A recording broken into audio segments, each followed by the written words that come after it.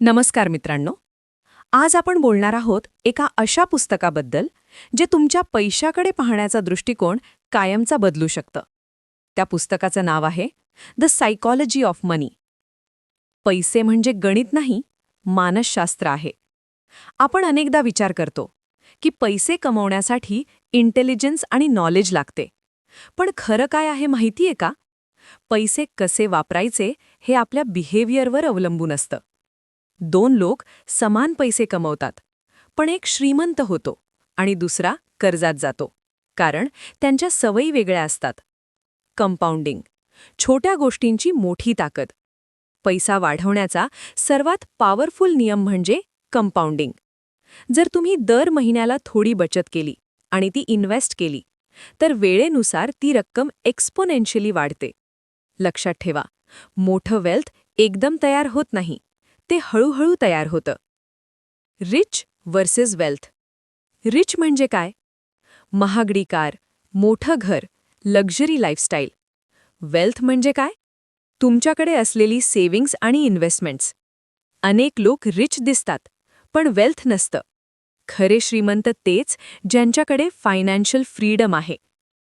लक आणि रिस्क. यश फक्त मेहनतीवर अवलंबून नसतं, त्यात लक आणि रिस्कचा मोठा वाटा असतो. काही लोक लकी असतात, तर काही लोकांनी खूप मेहनत करूनही अपयश येतं.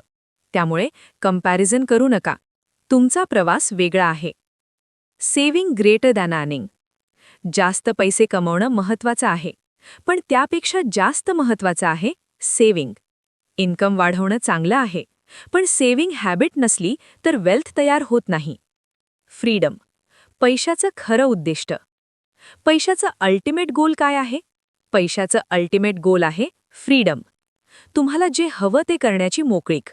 कोणाचं प्रेशर न घेता डिसिजन्स घेण्याची ताकद. पैसा तुम्हाला कंट्रोल देतो, तुमच्या वेळेवर आणि आयुष्यावर. इनफ म्हणजे काय?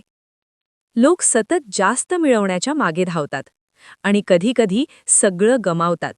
त्यामुळे इनफ म्हणजे काय हे ठरवा. ग्रीडपेक्षा संतुलन महत्त्वाचं आहे.